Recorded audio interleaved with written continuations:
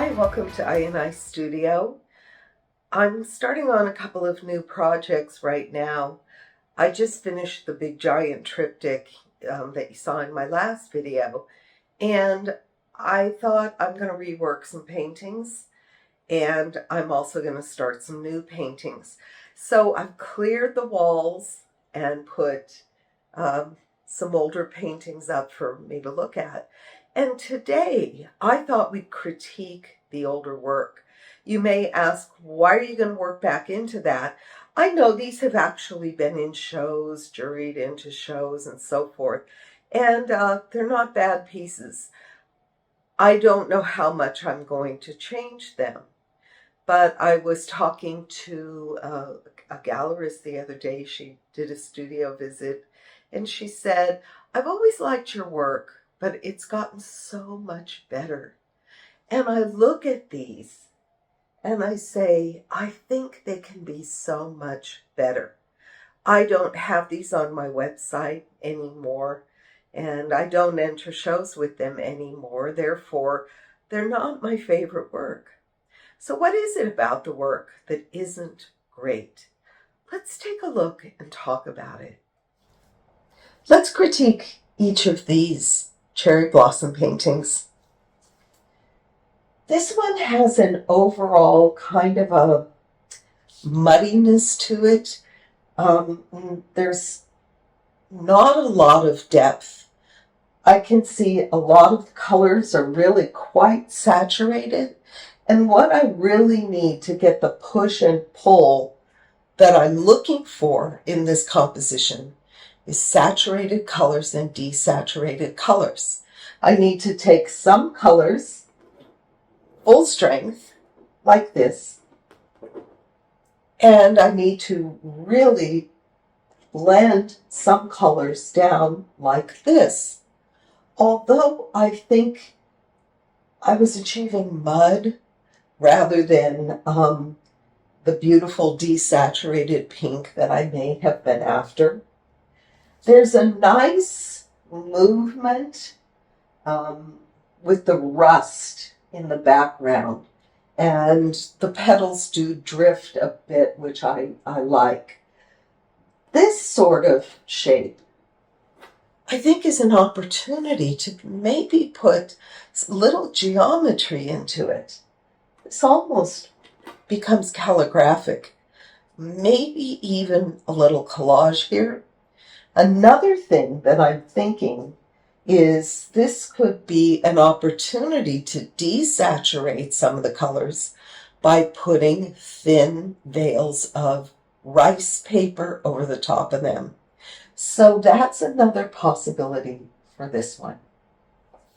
It's hard to set the camera to really get a good angle of these paintings because they are 50 inches long, and I don't think I'm really getting full painting in. This is the weakest of the three. And I think what I was going for with this was the beautiful shapes that the rust was making. And I think that became more important to me than the flowers. And I think that that is probably correct. Focus on the shape that the rust gave us. It's a beautiful shape. The flowers feel incidental. I'm going to go back and probably emphasize the shape, maybe even outline some of that shape to make it strong, to maybe quiet down some of the areas around the shape to really bring the shape forward. Now, can you see this blue? What was I thinking? Like, oh, it needs a little cool. Let me throw some blue in inappropriately. That doesn't make sense. I don't like it. It does need cool. All three of these do. And I'm going to have to introduce that. Okay, this is the third. And as I pointed out before, I definitely don't like this too bright white here. It stands out like a sore thumb, and it just isn't married to the rest of the palette. I don't like it. There's more of a variety of saturated and desaturated colors in here. not enough contrast, not enough pop. These desaturated colors are pretty muddy. I see that I was attempting to get some bright pinks, some cadmium oranges. I love the veiling of the white coming down here. So I made some attempts in this piece that are pretty good. They're just not quite up to what I'm capable of. So I'm going to go back in and work it out, and we'll see what we can do. So this is just an example of critique.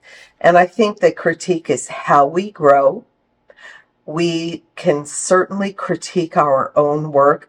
And in this case, because the work is years old, it's a lot easier to critique it, to be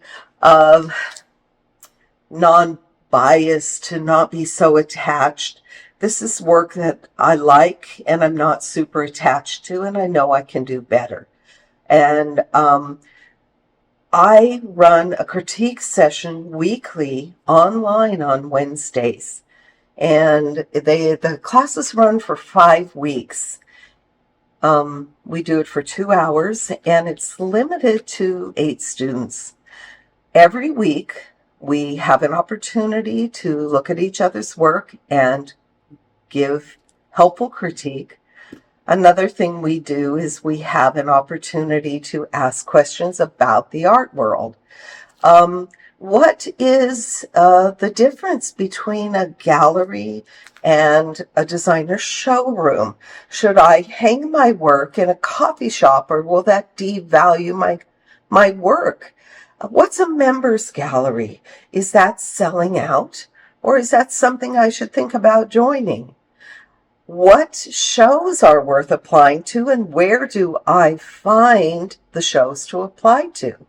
How do I know what's happening in the art world? What are my resources?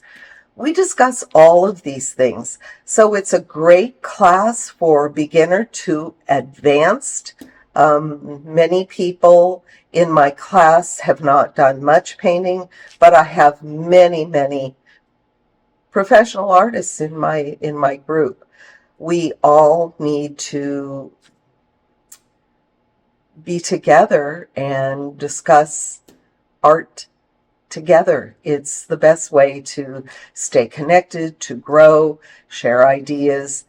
I hope you will join us. We have a group starting soon, and it's pretty much an ongoing thing. We do it 5 weeks, and then I'll start up another 5-week. It's online, so you can join from anywhere in the country. Anyway, I hope you enjoyed this little critique session. Go to your studio and practice. We don't have to know what we're going to do when we get there, but one thing leads to another, and pretty soon we've got some dynamic things happening. Painting is a practice. Practice makes perfect. So keep it up. See you next week. Bye.